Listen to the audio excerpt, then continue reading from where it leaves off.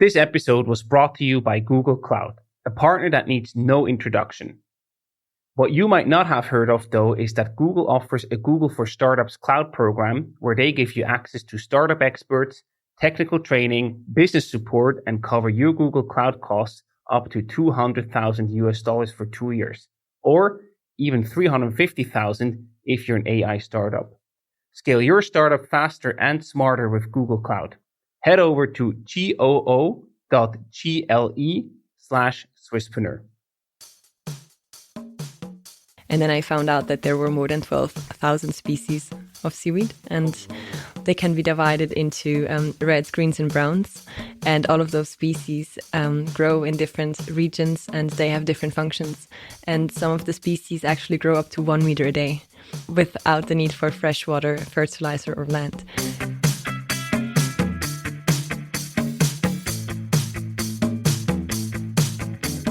Welcome to the Swisspreneur Show, a podcast about startup stories and learnings from experienced entrepreneurs.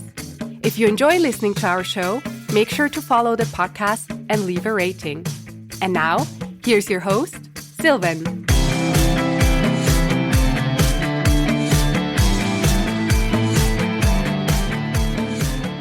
Jessica, very well welcome to the Swisspreneur Show. It's a pleasure to have you as a guest today. Yeah, thank you very much. It's a pleasure to be here. You're the co-founder and CEO at Noriwear, a clean tech startup producing sustainable packaging materials based on seaweed. That sounds like a very important but also cool project to work on. Before we dive into that, I want to actually start with your personal background. You studied international affairs at the University of St. Gallen, HSG. When you started your studies, what were sort of your career outlooks? What were your aspirations job-wise? I had a lot of ideas. Honestly, I went to University of St. Gallen because I wanted to go into consulting, because I really enjoyed analyzing companies and then give them feedback on how they can, for example, improve their processes or improve their marketing. But then I quickly realized that just that is not something I feel is enough for me. So I kind of got interested in China and the Chinese market and the Chinese culture. And then I took a Chinese class first. And then 1 year later, after my assessment year at uni, I decided to go to China and just try it out. Nice. So I booked the flight to Chengdu. I had to book one back as well, but because of the visa. Mm-hmm. But it was my intention to maybe stay there longer. And I have to say, I completely fell in love with the city. I didn't know the city then. I just, when I couldn't decide where to go to China, I just closed my eyes and put my finger on the map. And then it was Chengdu eventually. And like in the movies, as you would choose a city. Yeah. And yeah, it was a great trip, I have to say. And then I decided to stay there and go to university there. Mm-hmm. But the submission date was already late. So I went back to University of St. Gallen. I passed my exams, which I thought I didn't. But I went there for one more semester, and then I booked my next flight back to China. But then COVID pandemic came, and oh my goodness. I couldn't go. Yeah. It sounds sort of you found your calling or the right place for you, but you were sort of denied entry in multiple ways. First with the past sign-up date, and then COVID happened. What were you initially hoping to find in China? I didn't have a goal. It sounds, so cliche, but I just go with the flow. Mm-hmm. And I don't know, I really enjoyed learning this language. It's also, I was quite surprised how fast I learned it. Not the writing, but the speaking. Great. It's they have completely different word constellations. Mm-hmm. And when you are able to speak multiple sentences with locals, it's just an amazing feeling. I can imagine. How else has your time in China shaped you there? What did you take away? What did you like more than here in Switzerland? Well, I was there on my own. Mm-hmm. I already knew how it was to travel alone in Asia. I was in Vietnam and Indonesia 1 year ago. Not 1 year ago, but 1 year before I went to China. Right. But yeah, it was completely different because I had to find housing there. And that was rather challenging, especially for a foreigner. But I was really lucky. I was in the library studying Chinese or Mandarin, and then I wanted to get a coffee. And then in the coffee shop, there was a lady, and I wanted to show off. I wanted to practice my Chinese. Yeah. So I asked her if the man on the money bill is the president. And then she replied in English, and then we started talking, and then we really hit it off. And then she said, "Where do you live?" And then I told her I live in a hostel at the moment with 20 people in one dorm, only one bathroom. So I'm looking for an Airbnb now, but it's rather difficult to book one when you're a foreigner. You need a Chinese bank account and everything. No. And then she said, "Hey, my cousin actually has an Airbnb. You can live with him." What a coincidence. Yes. And it also turned out that she worked in the very building I was looking for to go, because it's such a stunning building, and I really wanted to go in there. It looked really fascinating to me. Everything was so huge. And I wanted to know what's inside, what kind of companies are there. And turned out she worked there, and then she took me with her.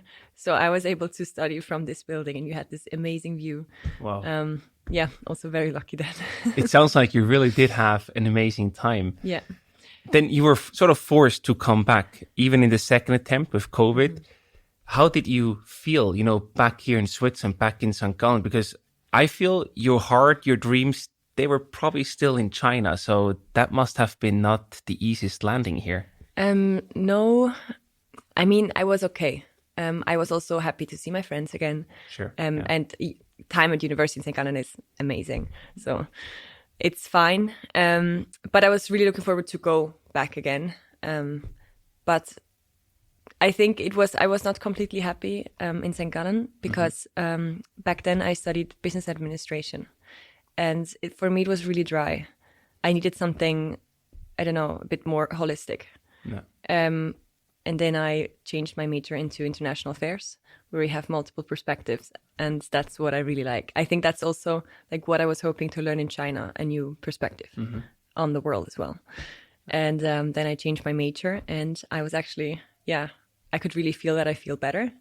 And then I went to Mexico, and my life changed completely. Exactly. I want to say there was something else that you then figured out. That was, I think, before your final year, you did a summer trip to Mexico. Yeah, I was, unfortunately, I wish it was before my final year, but I was in the middle because I had to, all the credits. I lost a lot of credits when I studied business administration. So I had to redo them. Yeah. But there you had a fateful encounter with a large amount of seaweed. Yeah. How did that change your life? What happened right there? Well, in Mexico, I have to say, I didn't realize, of course. I was just I saw all those seaweed leaves on the beach, but I didn't really think about it. I was on holidays with my ex-boyfriend, and we were discussing about the opportunities of seaweed and what kind of functions do they have. And then we started brainstorming about the possible applications. And then we came up with cosmetic products and nutritional supplements. But these did not really belong to my field of interest. So I discarded the thought. And we went back to enjoy the holiday. And then 2 weeks after, we had to go back, and university, the exams phase started again. And I had to study, and I'm not the best. Studier is the wrong word, but I'm not really good at just sitting down and study. So what I did instead of studying was I looked up the functions of seaweed. And you got distracted. Yes. And I was, really fascinated by seaweed because I never really thought about it. It's just, it exists, but you don't really know what it does. And then I found out that there were more than 12,000 species of seaweed, and they can be divided into reds, greens, and browns. And all of those species grow in different regions, and they have different functions. And some of the species actually grow up to 1 meter a day without the need for freshwater, fertilizer, or land. So I was really wondering what we can do with this resource, because when it's so fast and renewable, and it also restores natural ecosystems during their growth and sequester a lot of carbon, I wanted to make use of this resource. And then I was looking for possible applications where can we like integrate algae so we can like develop a product that contains it, so we generate demand and eventually have more supply. And what sort of applications did you then come up with? A lot. So it's possible to make biofuel. I think it would have also been really interesting to go that way. Yeah. But I'm glad I went this one. You can cosmetics, nutritional supplements. You can also use it as fertilizer, as cattle feed. It's endless, actually. I can recommend a great book. It's called Eat Like a Fish. It's about a fisherman who turned an regenerative ocean farmer. And he talks about his inspiring story on how, seaweed also changed his life. And all the possible applications where we can, use algae for. I see you were so fascinated about the applications and the seaweed per se. Yeah. How did the exams turn out? 4. That's fine. You passed. So, I think one exam was a 4, 2 were 4.5, and 1 5. So it's fine. More than fine, yeah. Yeah, and then I also had the papers, and papers are always fine for me. Yeah. Because I have to do research, that's what I like to do. But when I have to like really study, then no, that's not my field. I see. So then in 2021, you actually decided to start Noriwear together with your co-founder, Stefan. And, you don't have the research or the science background to really, do and work on your own product. You have the business/international affairs background. So how did you then, sort of create and develop the first products? Because that's a big step to take and the big problem to solve in the beginning. Yes, for sure. I actually, when I did not really talk to people in the beginning, or like told them about my idea, because I'd rather, before I like say something out loud, I'd rather try it myself first and then have something to show before I say it. And yes, in the beginning, I was just so fascinated. I actually wrote my own paper about it, like about algae, especially when I found, first I found a paper that stated that you can extract polysaccharides, so natural polymers from the cell walls of the seaweed, and turn them into packaging materials that are 100% home compostable. And when I found that paper, I immediately started to write my own. My best friend, she was always like observing me in the library and like making sure that I passed the exams. That's a good friend to have. Yeah. She was always like, yeah, Jess, and now you're going to focus on the exams. Yes, definitely a good friend to have. And then after I evaluated whether it was possible to replace fossil fuels with seaweed for the packaging industry. And then eventually, when everything turned out to be positive for seaweed, I ordered all the materials home to make my first experiments in the kitchen, because I wanted to try it out myself first. So I heated up a solution with the necessary ingredients, and then I poured the solution into an oven tray and put this oven tray on a shelf and let it dry. But it was still exam space, right? So I had to rush to the library to get my favorite spot. And while changing, I just put my pants, like I threw them on the shelf, and they landed in the experiment. And I was quite disappointed, but I didn't have time to wash them, so I just put them over a chair, let them dry, and then went to the library. And then in the evening when I got home, I looked at the experiment and I saw it was ruined, so I knew I had to redo it. But then I took a closer look at my pants and I saw that the perfect plastic film had appeared on my pants, which I could pull off with my fingers. Wow. So that was, quite a satisfying discovery. And with these results, it's actually funny because a couple of weeks ago, someone asked me, did you always know that you wanted to do this? Like when you found out, or didn't you have any doubts? But it's really funny, when I saw the film that has appeared on my pants, I immediately knew I'm going to do this. And like since then, I did not have any doubts because I see so much sense in the product. It's just, I don't see like sense for every application. Of course, you need to evaluate certain applications, whether it makes sense to use algae as a resource, like from a technological perspective or from an economical perspective. You cannot always like evaluate it from the ecological perspective, right? You need to consider everything. But yes, then when I saw the film, I did a market research, and in the market research, I was looking for companies that already did that to check the technical feasibility, but also to see, is it like, are other companies coming up with this? Because it seems so simple, right? Right. And then I found one of our biggest competitors now, Notpla. They are based in England. They are a little bit bigger, but they've been at it since, I think now 15 years. So it's a long time. Wow. Yeah. But I mean, back then, no one really cared about sustainable plastics. Everything that plastic needed to fulfill was protection of the product and the price. That's it. And that was also like the feedback that I got when I talked to industry experts. When I came up with the idea, they all said no. That's just senseless to talk about. What was the reason? They just didn't care about the sustainability aspect? I start to get it more and more. It's a very established industry. A lot of investments going on into plastics, machinery. It's just also where the money is at. The lobby, the plastic lobby is really, really strong. And I don't know, I think people working in this space, it needs a refreshment for sure.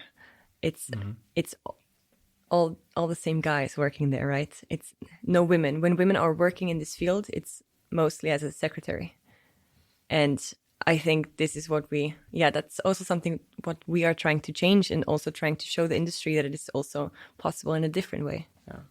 Sounds very old school, the industry. Yes, it is. So let's go back to the jeans and basically your own developed plastic replacement. You know, you saw it's working. You knew immediately that's what I want to do. That's the product I want to bring to life. But still, there was quite a big step from there until where you are today. What did you do after that to really create a product and something that you can sell to potential customers?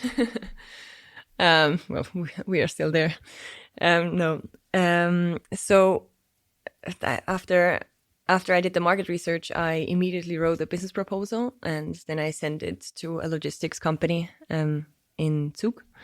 And then the CEO actually replied, and they invited me to pitch. And then I pitched my idea. I was actually very nervous because it was my very first presentation. Yeah. And I just, presented them my whole idea, and they were quite fascinated by the concept because they themselves also had a lot of customers who inquired sustainable products.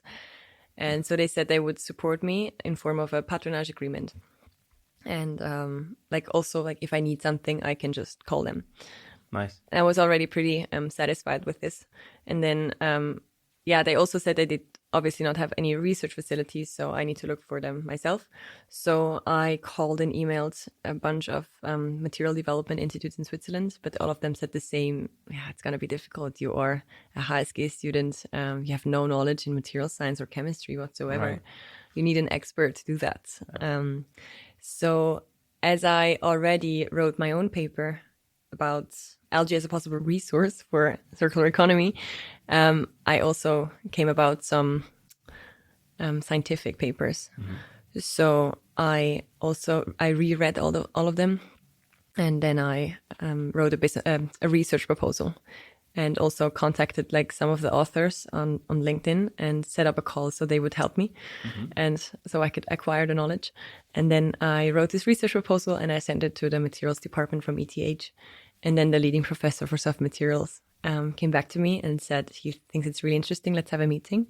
And then we had a meeting, and he agreed to do the research with me. I love this because you basically went out to the market. You got a feedback, and everyone told you, no, you need the ETH stamp on it. Otherwise, you don't believe that you could pull this off. Yeah. And then you got exactly that. You made it happen. Yeah. I think that's very impressive. Thank you. So then you had the research set up. What happened then? Then, it did not happen like this. Of course. We were like, the professor obviously did not did the research himself, but we had to like look for students. So he posted it on his website for a project where students could apply. But within 2 months, we did not get any applications. So he said, if no one's going to apply, we have to discard it. Then we cannot do it. So You wouldn't let that happen. No. Definitely not. I went through my contacts on my phone, and I just texted everyone I knew that had some sort of association with ETH. And I contacted them that I was looking for material scientists and if they knew anyone. And after 1 or 2 months, I found someone. I actually found 2 students who then applied for the project. And then it was perfect for the semester start. They could start in September, and then they did it for half a year. It was just 1 semester. They worked on this, and then we went through like all the goals that we wanted to achieve, all the different materials we want to try out. And then half a year later, they had results. They actually made drinking cups from seaweed with different formulations that look different.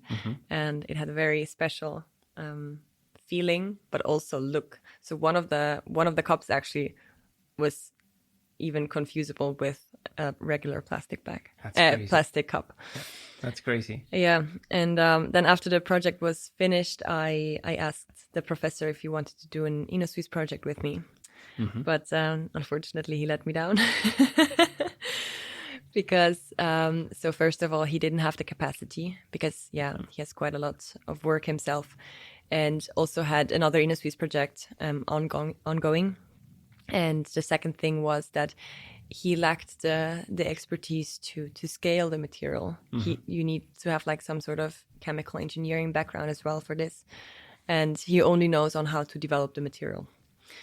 And the third thing is that he said the students did a good job, but not like it's not a crazy invention that he would say, okay, we have to do it. In the end, I'm so glad that it happened this way, because of this, I had to find other ways, right? And so the same evening, I also had a call with an MIT professor who was a material scientist at ETH as well, and he said, "You cannot apply for an InnoSwiss project anyways. It has no innovation character. This already exists." Oh my goodness. That's probably the moment where you think, fuck, what the hell just happened? Yes.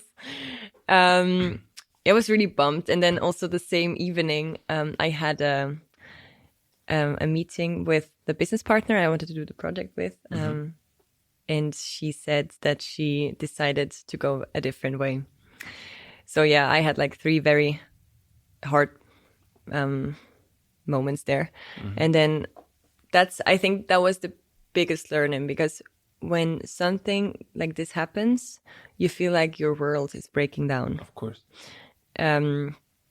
So what I did is I immediately started crying, but then I went to bed, and the next morning I felt fresh again. I had a fresh perspective, and I was able to move on.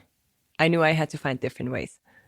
But in this moment, basically, the world is against you, right? Yeah. Everyone said, no, I'm not going to get involved. This will never work. Why did you not just give up and say, look, I tried really hard. You even went, to make the ETH thing happen, but it just didn't work. But why didn't you stop and say, hey, I tried, time to move on and try something different? Because I didn't stop believing in the idea. Yeah. It's actually simple. I had a lot of doubts, but self-doubts, but I never doubted the idea. So the next day I just got up and made it happen. So how did you then get out and recover from these 3 pretty devastating news? I was looking for startup programs where I could apply to, and I was still looking for a lot of I was interviewing co-founders, and I was still like going through all my contacts. Do you know anyone? Like, oh no, Jessica again. Yes. And then eventually I applied for startup at HSG. And then I got accepted, and there you receive funding. Actually, not a small amount. It's a very fair amount. Mm-hmm. You also get legal advice and coaching, and you get to pitch in front of VC, so you know how to pitch. And they also have a very big founders network, so you were able to exchange ideas. And I think that was, now I just remember one really fun moment. It was an event, and I've never pitched before. So they just said, Jess, you go pitch. I didn't even know. And I was not really prepared. So I just went out and pitched. But before I pitched, I was in a conversation with another founder who I saw pitch at Start Summit. And I was really impressed by how he was presenting. Mm-hmm. And we were talking, and then he asked me what I do. So I told him. And then 5 other students were also listening.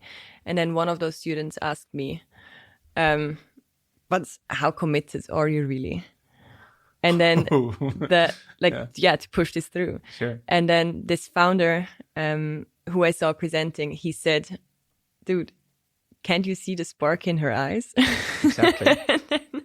I think this is also when I realized that I am fully convinced. Yeah. And this is also, other people also see that I'm convinced. Mm-hmm. Yes. So after I applied, I was in parallel, I was always looking for co-founders, and also develop the business, the business model and which product we want to develop. Mm-hmm. But of course, I was also still studying, so it was quite a stressful time then. And then one day I pitched in front of Stadtfeld, and then they, someone in the audience came to me after the pitch and said, hey, I know a polymer engineer who works in the Institute for Polymer Technology. Do you want me to connect you? And I said, of course. And then, we connected, and that's actually where I found my co-founder. We had the first meeting, mm-hmm. also hit it off perfectly via Zoom. And then we met in person, and he just presented me the whole institute and introduced me to the professors. And then we were looking together for possibilities to collaborate. And then we found the innovation booster. So we handed in a project, and eventually we got it. And then we were able to collaborate with the institute. And this is how everything started, actually. Amazing. But it is, we talk about this startup roller coaster. Mm-hmm. You went through it full steam, up and down and up and down. Definitely.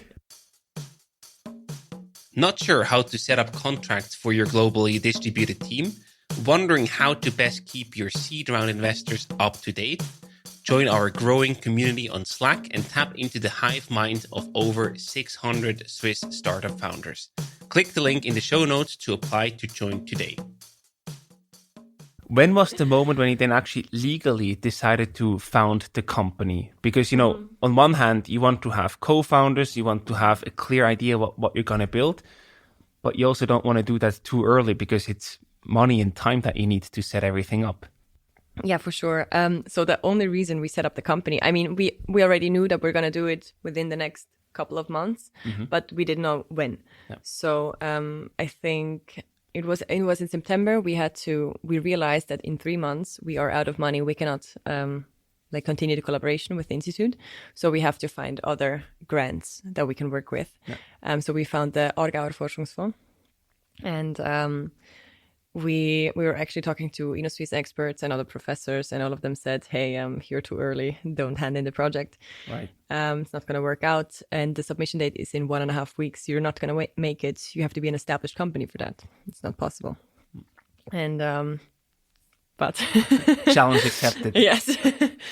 So we wrote this application within 1.5 weeks. We set up the company. We found the money to set it up. And I remember it was night shifts, 1.5 weeks. No. We did not really sleep. We just had one goal, finish the application. And then it was I also realized that my co-founder goes the same extra mile as I go. And this is really hard to find. Absolutely. Like that you match on a personal level, on a skill level, but then also the sort of how you work together. Yes.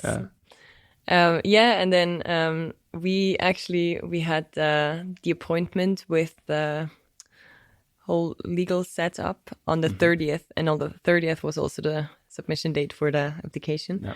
Yeah. But we made it and we handed it in. We were so tired then. I can imagine. And 1 month later, we've received a message. I actually wanted already to apply for different grants, but my co-founder said, chill, Jess, everything's going to be fine. Let's wait for the result. And we received the results and we actually got it. And I've got the phone that I had with the commission was quite funny, because she said she's surprised that we did not hand in an InnoSwiss project, because we would have gotten the funding for sure. There are a lot of InnoSwiss people on the commission board, and they all said this could have been an InnoSwiss project. But I always say, like, there's a reason why it happened like this. Sure. That's a good way to see it. Yeah.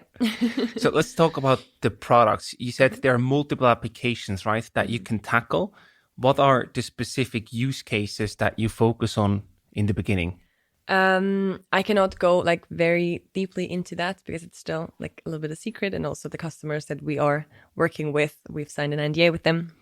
But we developed water-soluble films for the first application. And we can use them, for example, that's just one example. As we know it, it's called PVA. It's a PVA replacement, polyvinyl alcohol. And these are the plastic films that are actually wrapped around the dishwasher taps, for example. This is still fossil-based.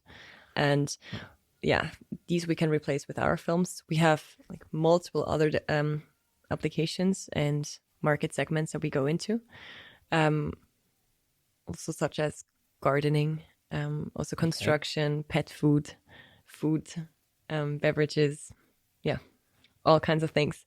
It's a very broad application that you can, play to. Yes, it's like we've developed a standardized formulation, which we can easily adapt to different market sectors. And how do you then focus, because everyone always says focus. You have different segments, different sort of applications. I assume your partners and the way to build the product and to market it or sell it will also be quite different depending on the application that you go into. Yes.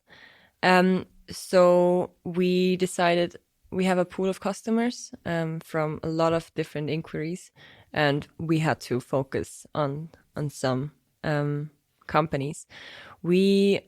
We analyze it in different ways. So first of all, in the beginning, we want to work with Swiss companies, also to build up trust in the market.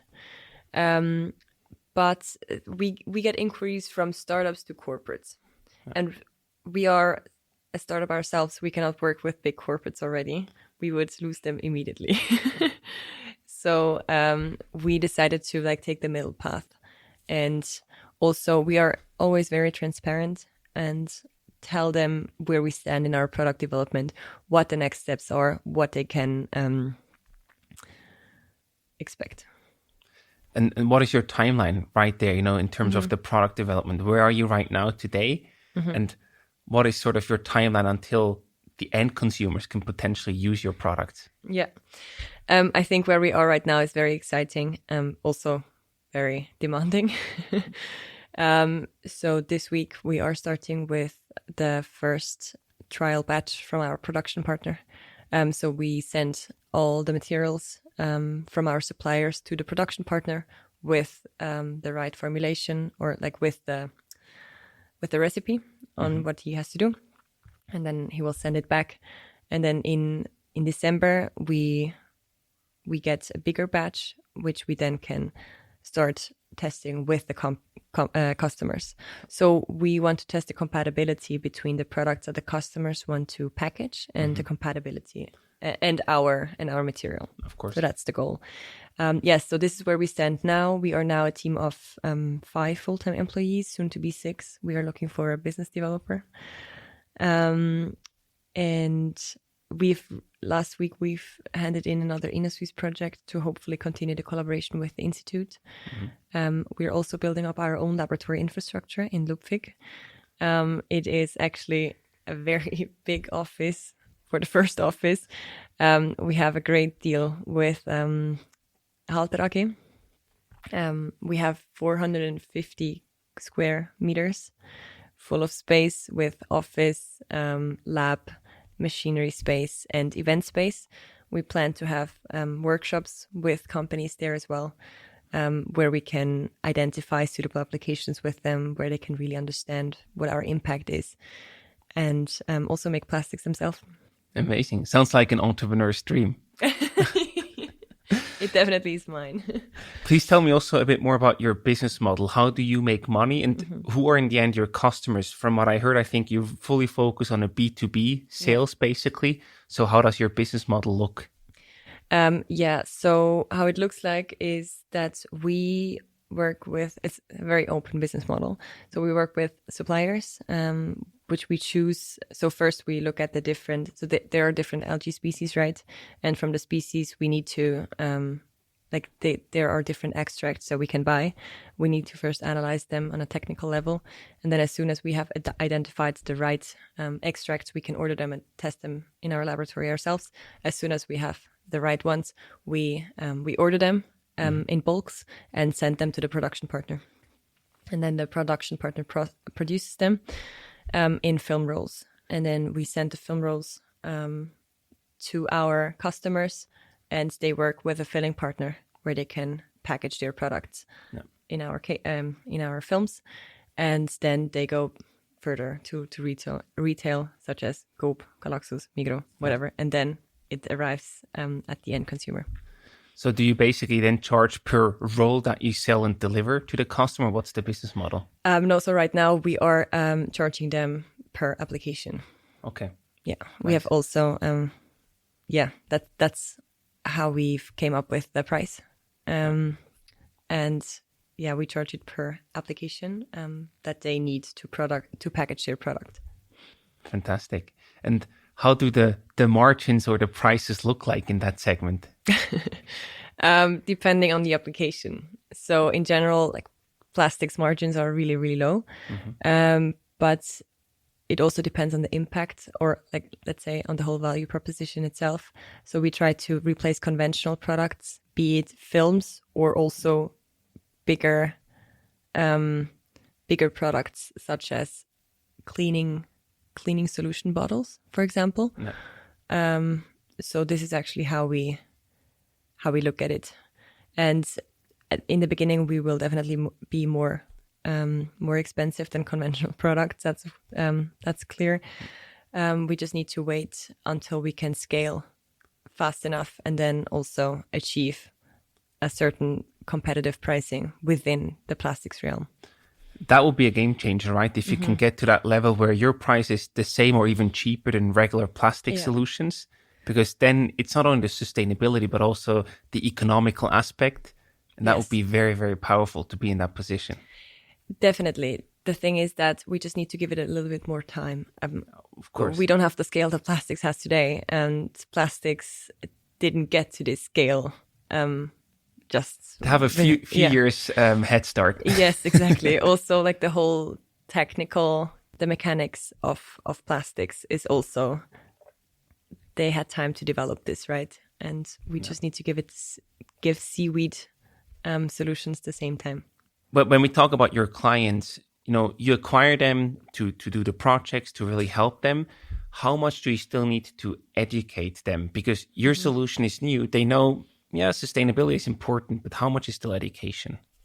It's still a lot, but I feel like a lot of companies realize it. So we observe different kinds of motivations behind our customers. So we actually see a lot of companies that are intrinsically motivated, where you can see that the executives really want to change something. They don't want to change just because they think it's good, but also they feel pressure from society, but they also feel pressure from their employees, because they also want to have positive impact and not just do what they did the last couple of years. Of course. And but we also see a lot of companies, especially corporates, that want to collaborate with us because they see that the regulations are coming. They see the plastic taxes and the carbon taxes coming. And that's why they need to be prepared. So it's also sort of a forcing business function, because plastic gets more expensive. I think in the end, we need to switch. That's for sure. Mm-hmm. It's just a question of how technically feasible, or when will we be technically competitive with conventional plastics. Right. It also takes time, but yeah, that's the journey that you embarked on. But in terms of education, there is still also a lot of work to do. But when we talk to customers or to industry experts, they always see the sense in this. And now we also feel the support. Back then, like when I started, I did not feel it at all. Yeah. But they see more and more solutions coming up. And also, I mean, plastic pollution has been in the headlines for several years, right? Right, yeah. But this coverage is needed. Yeah. From what you describe, it sounds to me that there are some low-hanging fruits, companies who are really open and willing to invest and to maybe even go the extra mile to work with you, for example. Yeah.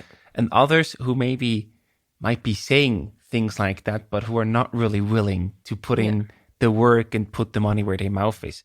How do I identify them? Because the first company is much worth your time. You know, it's time well spent because you can really make things happen. The second, they might talk, but they will potentially, at least for now, never become your customers. How do you find them, and how do you differentiate between where it's worth to spend your time with a potential customer and where it's a waste of time? It's actually not even that difficult. Okay. Because you can feel it. Yeah. The customers that are really pushy, they really want to work with you. Yeah. And also the companies that get things done are also the ones you can really see that. I have so many examples where I really love to work with them. And on the other side, also companies that I know that they're not going to be our customers within the next 2 years. Yeah. So you feel it very soon after first initial interaction. Yeah. I mean, I have to say the first meeting always goes really well. Yeah. They always like the mission and they see the vision and believe in it. And also they are impressed by what we already have. But it also takes a while to actually do the switch then, right? Sure. And some companies are also a little bit impatient of how slow we are because they cannot, they don't see how much work is actually done to get a product to the market, especially when it's not yet developed and requires so much science. Yeah. And I'm sure that the sparkle in the eyes from the pitch that you described before helps to have a great first meeting. Yes, definitely. There's one more challenge I want to talk to you about. You mentioned grants like InnoSwiss, etc., multiple times that helped you to finance and fund your project. At the same time, you also have investors on board, right? Yeah.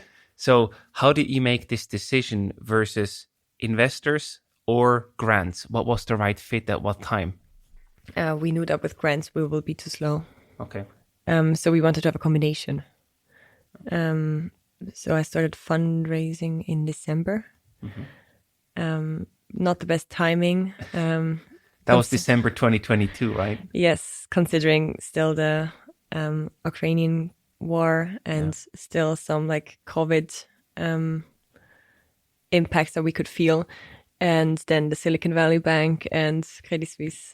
Like a lot of things happening at the same time. So it was definitely not easy to find investors. And also I had my last exams in January. So again, not the best timing to do that. And we were, so the reason we were really overwhelmed with the investors who messaged us. Because the thing is that I posted a LinkedIn post in December. And back then I had 400 contacts and the LinkedIn post went viral. We've had 21,000 reactions and 1.5 million impressions. That's crazy. And so were the messages and emails that we received. So it was quite crazy. But back then I did not really realize what it meant when investors like shoot you a message. It means nothing. No. Because like actually get the deal done takes so much more.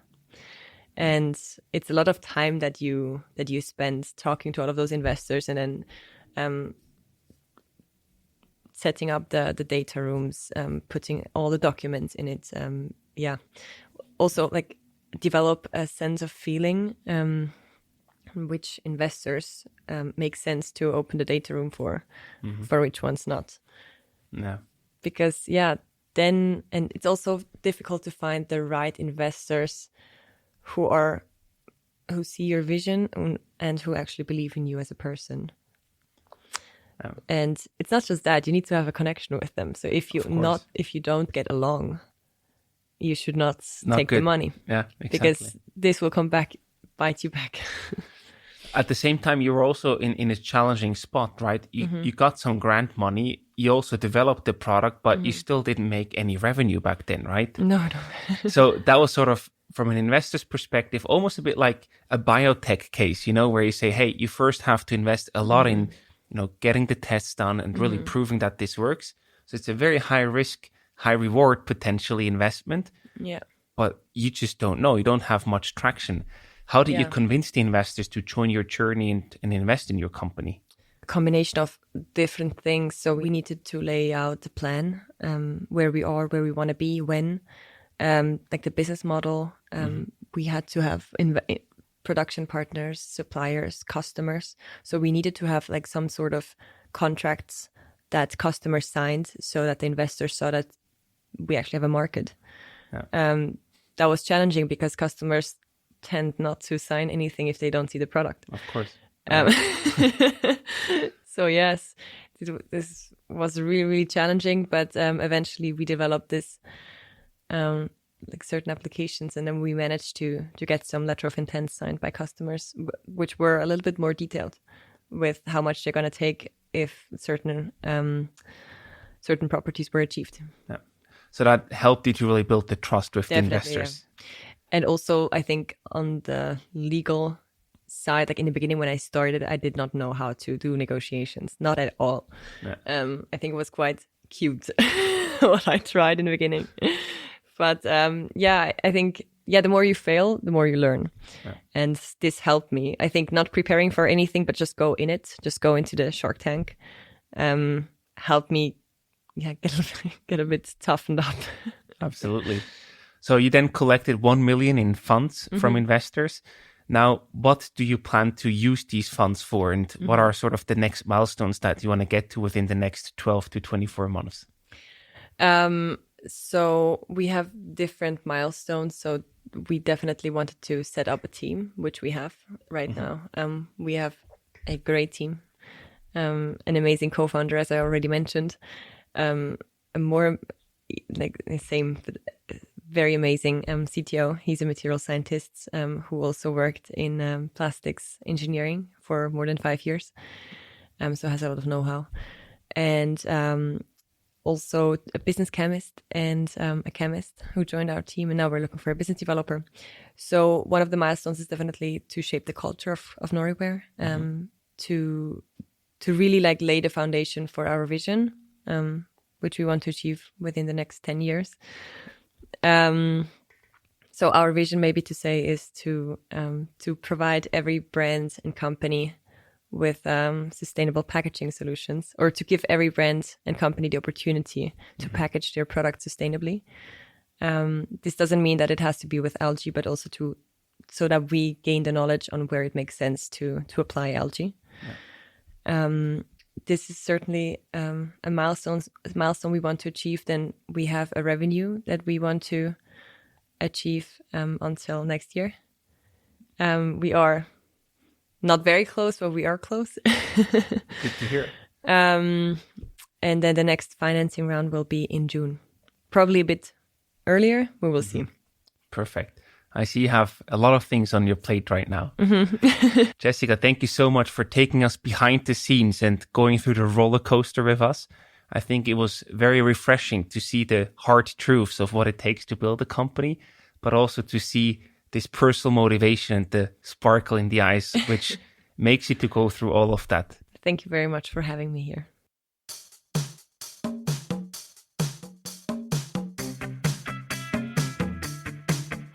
We hope you enjoyed today's episode. If you did, you can support us by rating our show on Apple Podcasts. This way, we can reach an ever-growing number of aspiring entrepreneurs.